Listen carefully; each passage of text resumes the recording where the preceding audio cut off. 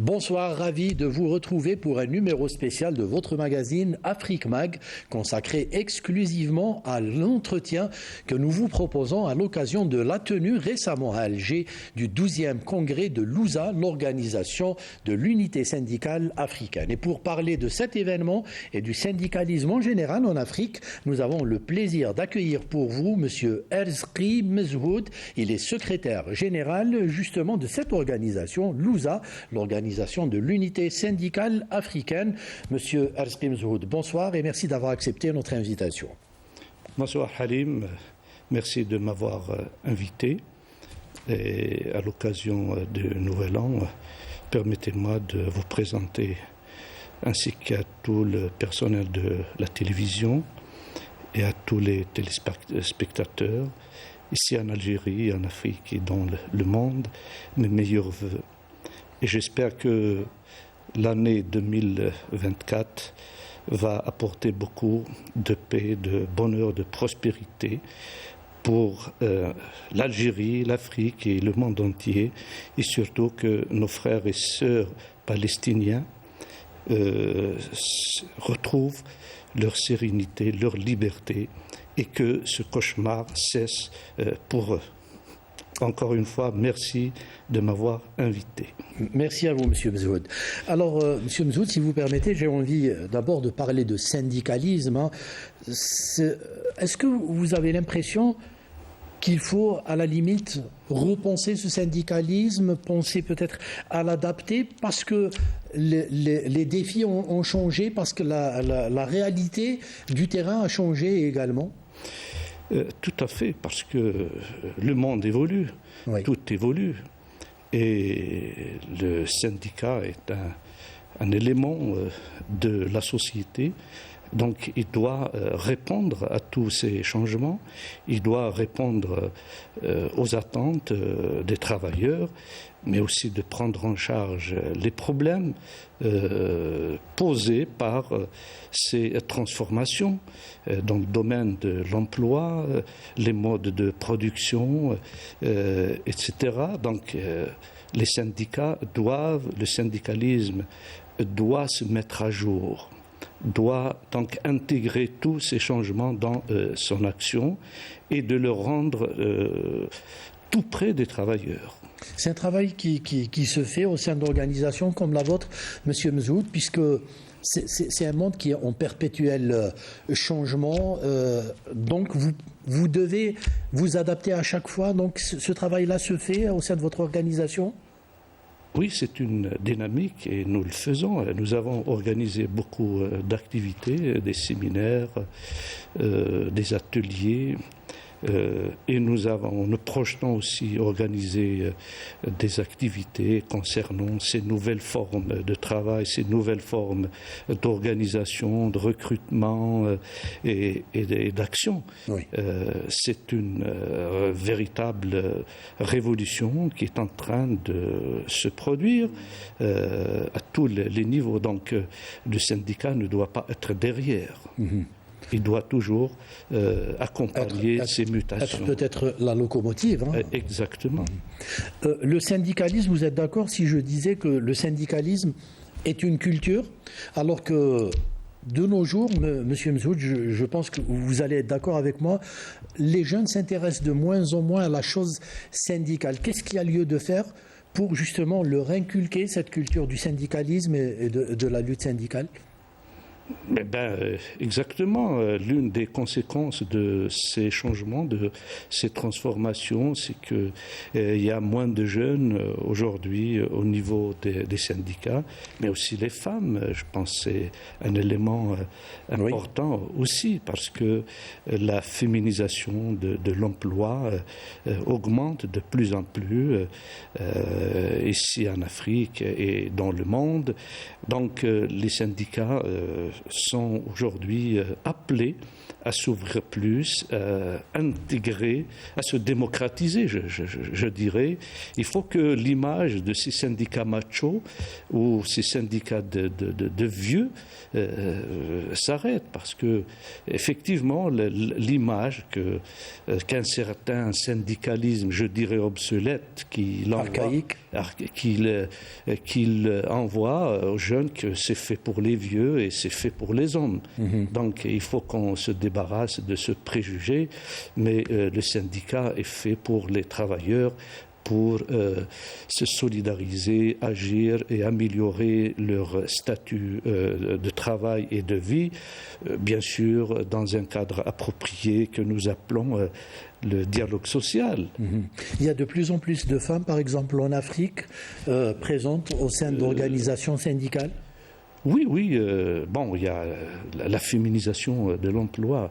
Obligatoirement, les syndicats doivent refléter aujourd'hui la composante, toutes les catégories qui interviennent au niveau de l'économie, au niveau des services. Il y a des avancées quand même considérables. Il y a récemment, si je vous donne l'exemple de l'Union générale des travailleurs algériens, il y a 3 femmes à la direction nationale. C'est quand même extraordinaire, c'est encourageant. Ça, c'est déjà, ça donne une autre image. Et aussi en Afrique, dans beaucoup de grandes organisations, ce sont des femmes qui sont à la tête. Je vous donne l'exemple de la COUSATOU, la Confédération des syndicats d'Afrique du Sud. C'est une femme et qui dirige très bien au Sénégal et ailleurs. Donc, je pense que les choses évoluent dans ce sens. Dans le bon sens. Il faut plus de femmes, plus de jeunes pour que les syndicats deviennent plus forts et plus représentatifs. Alors, on arrive à votre organisation, l'USA, l'organisation de l'unité syndicale africaine, dont vous êtes le secrétaire général. Pour nos téléspectateurs, si vous deviez nous dire c'est quoi cette organisation, elle a été créée quand et pourquoi? Oui, l'organisation de l'unité syndicale africaine, par abréviation USA, en anglais c'est WATU, Organisation of African Trade Union Unity. C'est une organisation continentale indépendante, la plus représentative en Afrique, parce qu'elle regroupe, elle représente toutes les tendances syndicales après l'unification de 3 organisations syndicales continentales. Il y a la TOUC, basée à Accra au Ghana, la CSA à Dakar, au Sénégal, et aussi la Confédération panafricaine à Banjul, en Gambie. Donc, en 1973, ils ont décidé de fusionner, d'unifier le mouvement syndical, et ce qui a donné africain, et ce qui a donné naissance à cette organisation. Mais c'était aussi l'objectif fondamental.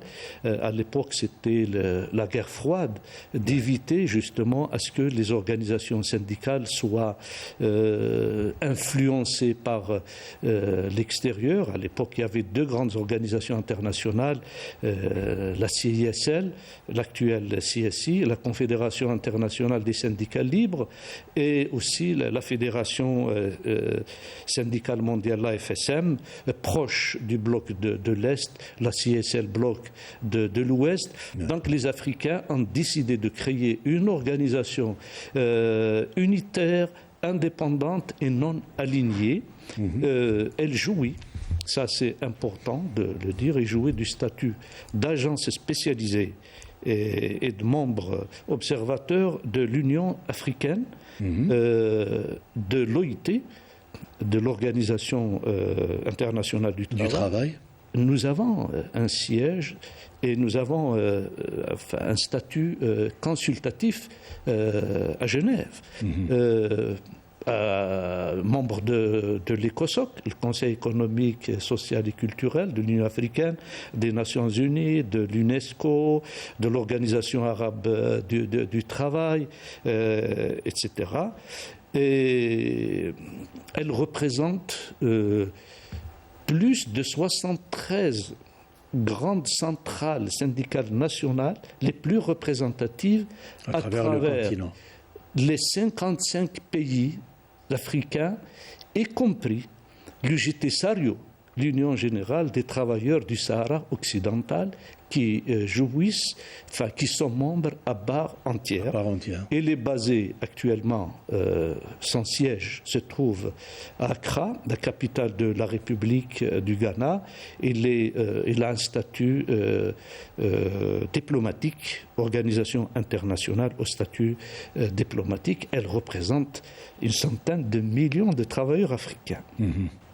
Alors, il y a cette organisation. Est-ce qu'il y a une convergence de points de vue de la part de tous les membres africains de cette organisation? Il n'y a pas de divergence par rapport aux objectifs tracés par cette organisation? Absolument. Lorsque nous adhérons à une organisation, et c'est un principe universel, c'est d'abord d'accepter la charte, la constitution et le règlement intérieur. Et ces textes, je dirais, fondamentaux d'une organisation sont établis par le Congrès en toute souveraineté. Donc, aujourd'hui, la charte de l'USA, le règlement, etc., est partagée entièrement par tous ses membres. Alors, brièvement comme ça, les objectifs réels de cette organisation et ses activités, Monsieur Mzoud? Nous avons d'abord, je pense c'est l'intérêt du travailleur africain qui est au centre de cette organisation, avant tout. Un syndicat, lorsqu'il est créé, il est créé par des travailleurs. D'abord, les travailleurs, quand ils s'organisent dans un syndicat, c'est pour défendre leurs intérêts matériels et moraux. Donc ici, il faut quand même la référence, c'est notre charte et notre constitution, et elle est là. Oui, nous la voyons en antenne. Et elle est là, donc il faut quand même préciser quelque chose. Nous réaffirmons l'indépendance, l'authenticité du mouvement syndical et aussi de représenter valablement, défendre les intérêts des travailleurs. Mais il faut ajouter quelque chose, une spécificité par rapport à notre organisation, parce que notre organisation aussi a ses racines dans le mouvement de lutte pour la libération en Afrique. Donc ça aussi introduit un élément doctrinal de notre organisation. Inscrit justement dans la charte. Dans cette charte, vous avez demandant instamment aux travailleurs africains et leurs organisations syndicales de poursuivre la lutte implacablement et sans relâche contre l'impérialisme, le colonialisme, le néocolonialisme, le racisme, le sionisme, etc. Donc s'unir contre toute forme d'exploitation, etc. Donc ces principes-là sont inscrits dans cette charte qui date de 1973. C'est bien sûr. Donc cette charte existait. Elle ne date pas d'aujourd'hui. Elle ne date pas d'aujourd'hui. Je pense que j'étais encore enfant lorsque cette organisation a été... A vu le jour. A vu le jour. Donc il y a des objectifs, c'est de coordonner l'action des organisations syndicales africaines, renforcer et défendre les droits de l'homme et les droits syndicaux, représenter et défendre les intérêts des travailleurs africains, des organisations syndicales régionales et internationales, œuvrer pour l'unité et l'intégration économique africaine, contribuer, ça c'est important, Halim, contribuer à l'instauration et à la consolidation de la paix, c'est important, etc. Donc, je pense celui qui veut prendre connaissance des objectifs, les buts de notre organisation, il peut consulter notre site. Voilà. Alors, Monsieur Mzoud, une question très simple. Je suis un travailleur algérien. Oui. Je gagne quoi à travers cette organisation continentale ? Vous savez, ça, c'est le regroupement d'organisations nationales au niveau continental. Ça donne plus de force à ces organisations ? Absolument. Il y a des échanges, il y a de la concertation, il y a de la solidarité, parce qu'il y a des espaces où ces organisations se rencontrent. À l'Union africaine, par exemple, la CETAS, c'était avant, maintenant, c'est le comité technique spécialisé de l'emploi, développement social et humanitaire. Donc là, les organisations syndicales, elles participent. Et l'USA est consultée sur pas mal de questions qui concernent le monde du travail par l'Union africaine. Par exemple, on a été consulté, c'était à l'époque de Madame Zuma, lors du 50e anniversaire de l'Union africaine, sur l'élaboration de l'agenda 2063. Oui. Donc là... votre rapport est oui, important. l'USA, donc, c'est la voix. Je dirais, j'ajoute, Halim, quelque chose authentique des travailleurs africains au niveau continental et au niveau des CERR, c'est des communautés économiques régionales, la CEDEAO, la SADC, etc. C'est des déclinaisons. Et aussi au niveau de l'Organisation internationale du travail, on est consulté. Ces jours-ci, par exemple, on vient de recevoir une invitation de la part de monsieur le directeur général de l'OIT, monsieur Gilbert Ongbo, que nous félicitons parce que c'est le premier Africain qui dirige cette prestigieuse organisation. Il a invité notre organisation pour faire partie de la direction de la coalition mondiale pour la justice sociale. Oui. Et lorsque aussi, quand il y a des violations, des atteintes aux droits du travail, quand il y a des libertés syndicales, nous intervenons. Nous intervenons d'abord au niveau national, la médiation à travers le dialogue, etc. Et au niveau des institutions internationales, le cas par exemple de nos camarades au Soudan. Vous savez que cette confédération a été dissoute, mais aujourd'hui nous intervenons bien sûr à travers des mécanismes appropriés, et à l'occasion j'exprime toute ma solidarité avec nos frères et sœurs travailleurs du Soudan qui souffrent en ce moment. Donc oui. Justement, M. Mzoud, vous me tendez un peu la perche. Il y a de nouveaux défis en Afrique. On peut parler de l'informel, on peut parler des bouleversements géopolitiques, des flux migratoires. Vous faites quoi pour faire face à ces bouleversements que connaît l'Afrique ? Oui, effectivement, c'est le slogan même de notre 12e congrès. Nous avons organisé notre congrès, 12e congrès ordinaire ici à Alger. On va y revenir. Oui, d'ailleurs, on va y revenir, sous le thème, le rôle du syndicat face à la mutation du travail et les nouveaux défis en Afrique. Il y a des défis. Nous avons l'informel. Vous savez que selon les sources du BIT, 83% des emplois en Afrique, en général, et 85% en Afrique subsaharienne sont informels. C'est effarant, comme chiffre. Oui, englobant une grande partie de jeunes demandeurs d'emploi du continent, des jeunes. Là, par exemple, vous voyez un des facteurs qui fait que les jeunes sont moins présents dans les syndicats. Oui. Mais il y a d'autres aussi, la migration. Vous savez que le taux de migrants est très élevé, c'est-à-dire la migration interne et externe. Et d'ailleurs, là, nous demandons est-ce que, pour, par exemple, l'informel, nous organisons les travailleurs de l'informel. Il y a des expériences très intéressantes, Halim. Par exemple, au Bénin, moi j'ai fait des visites en Afrique. On a organisé, il y a un grand syndicat de transporteurs de motos. Il y a au Togo, il y a en Côte d'Ivoire, et nous essayons. Et cela, par exemple, de les aider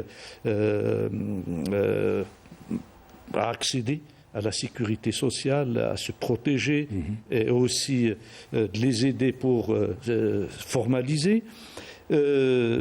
Pour les migrants, écoutez, il y a quand même des atteintes terribles, surtout dans les pays d'accueil et aussi dans les conditions où ces jeunes-là qui prennent tous les risques, même celui de leur vie, pour traverser les déserts, traverser la Méditerranée. Vous avez des statistiques, mais nous demandons aussi le respect des conventions, par exemple, internationales de l'OIT, la 183 et la 97 des Nations Unies. Il y a la justice sociale aussi. Pour nous, la justice sociale, c'est la mère de tous les problèmes, c'est la source. Parce que c'est la pauvreté. Si je vous donne quelques chiffres ici, ça va aussi... Très rapidement, monsieur. Oui, la proportion la plus élevée au monde, c'est en Afrique, 54,8% de pauvres. 546 millions de pauvres en Afrique, ça, c'est la source, c'est la Commission économique pour l'Afrique des Nations Unies. Donc c'est terrible. Ça aussi, il faut une répartition juste des de la richesse, mais il faut une justice sociale. Et pour ça, aujourd'hui, nous sommes heureux de faire partie de la coalition mondiale pour la justice sociale. Il faut donc à travers une politique sociale plus adéquate, etc. Et je pense même d'autres aspirations sont liées à la justice sociale. Il y a des inégalités terribles. Vous prenez le Malawi, la Tanzanie, etc. Bon, il y a des disparités, c'est-à-dire qu'on ne peut pas dire que tous les pays tout à fait. sont au même niveau de la pauvreté, mais c'est la tendance générale que je suis en train de vous décrire. Mais il y a la paix, la stabilité aussi, la sécurité. Surtout. Nous sommes un syndicat.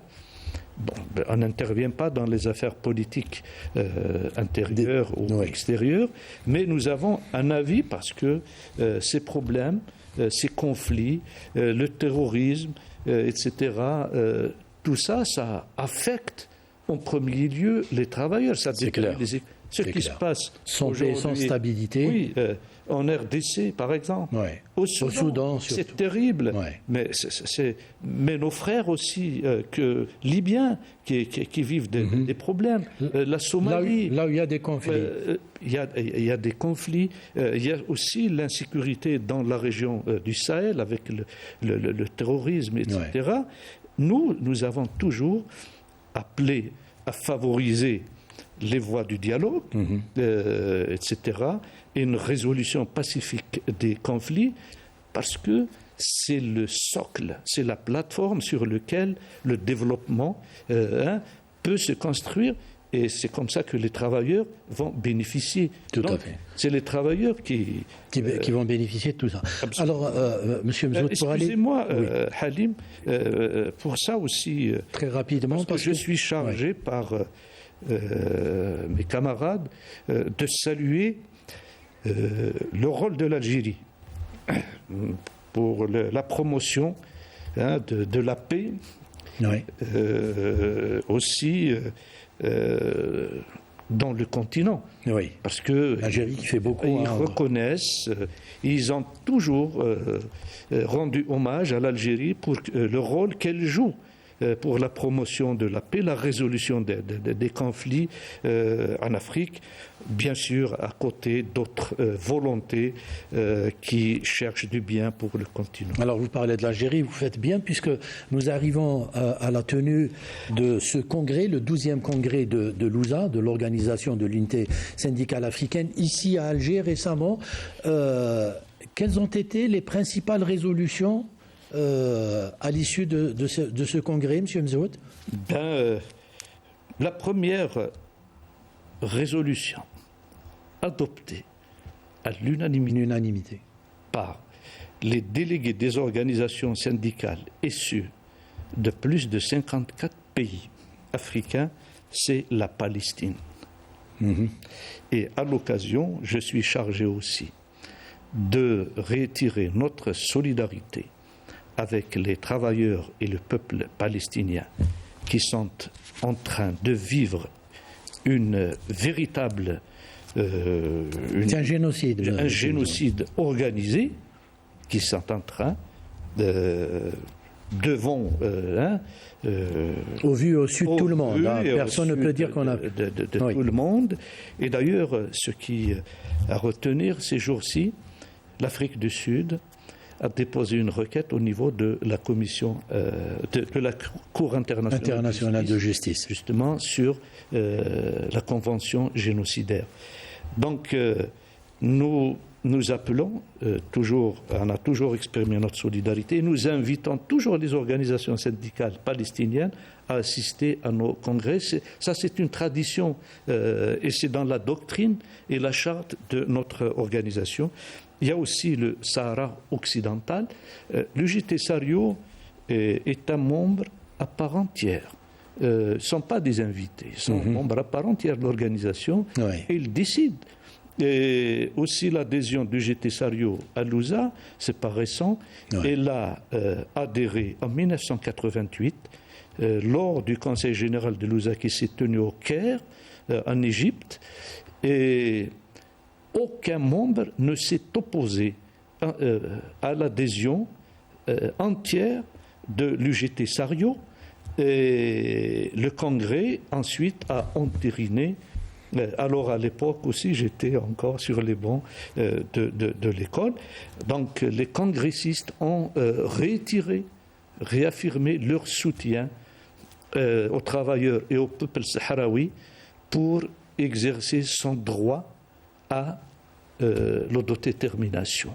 Donc, nous avons aussi des résolutions, la Libye, le Soudan, la situation dans ces pays, le renforcement du mouvement syndical, les droits des travailleurs et des syndicats, la protection sociale, changement climatique et le rôle des syndicats, intégration régionale et participation des travailleurs, gouvernance démocratique et paix en Afrique. Donc, voilà, voici. Donc, tous le projet de résolution. Les résolutions ont été adoptées. Alors, ce 12e congrès, c'est un congrès ordinaire, M. Mzoud, qui s'est tenu en Algérie. Oui, au Centre Ça prouve international. à quel point l'Algérie, justement, joue un rôle au sein de cette organisation. Oui, c'est toujours. L'Algérie a toujours joué un rôle. D'ailleurs, c'est un congrès qui est placé sous le haut patronage. Locomotive, mais c'est aussi parce que l'Algérie c'est un État pivotal. Est-ce qu'on peut dire ça? C'est un État pivotal de par sa position géographique, sa taille, son histoire, ses capacités. Donc, il joue un rôle, il jouera encore un rôle. Il y a un rôle historique. D'abord, le soutien au mouvement de libération après l'accès de l'Algérie à l'indépendance, la promotion de la paix et de la sécurité. Je pense que même dernièrement, on a organisé une activité à Oran, il y a 2-3 jours. Je pense que c'est la commission paix et sécurité. Paix et sécurité Ça prouve aussi que, comme je disais tout à l'heure, l'Algérie travaille toujours pour la promotion de la paix et de la sécurité, ce qui lui attire beaucoup de jalousie. Et pour réduire ou éliminer son influence, parce qu'il y a toujours des manipulateurs, il y a des prédateurs. Et ceux-là, ils veulent diviser les Africains, créer des conflits. L'Algérie dérange par le rôle qu'elle joue et puis je pense pour la paix et la stabilité. Ce qui est bien aussi, c'est que l'Algérie vient d'être élue parmi les 10 membres non permanents du Conseil de sécurité. Et on est certain que l'Algérie va être une voix va jouer un rôle authentique, très important. Oui. une voix authentique, et tout le monde va sait porter qu'elle la va voix de jouer l'Afrique. exactement, qu'elle va défendre les intérêts de l'Afrique Oui. au niveau de cet organe important des Nations Unies, etc. Très rapidement, Monsieur Mzoud, puisqu'on arrive à la fin de cet entretien, vous êtes optimiste quant à l'avenir du syndicalisme et à l'avenir de l'Afrique d'une manière générale? Vous qui voyagez beaucoup à travers ce continent, si vous deviez conclure? Je travaille beaucoup, plutôt que je voyage. Ah ben oui, cela va de soi. C'est le travail. Oui. Oui, bon, parce que nous sommes une organisation internationale. Vous savez que l'Afrique, aujourd'hui, c'est l'avenir de l'humanité. Mm-hmm. Je pense que le 21e siècle est pour l'Afrique. D'abord, il y a un potentiel humain. Il y a une jeunesse qui prend conscience. C'est terrible. Hein? Oui. C'est fini, là, le jeune africain rester dans son village, mais aujourd'hui nous sommes à l'ère du numérique. Je vois de mes propres yeux, il y a une jeunesse extraordinaire, il y a une prise de conscience. Vous voyez qu'est-ce qui se passe en Afrique? Il y a aujourd'hui un grand potentiel dans le domaine, par exemple, du numérique, etc. Tout à fait, c'est l'avenir. Il y a des choses. Il y a aussi un potentiel du savoir. Il y a aussi un potentiel naturel, etc. Tous les ingrédients culturel. Je pense qu'il y a beaucoup.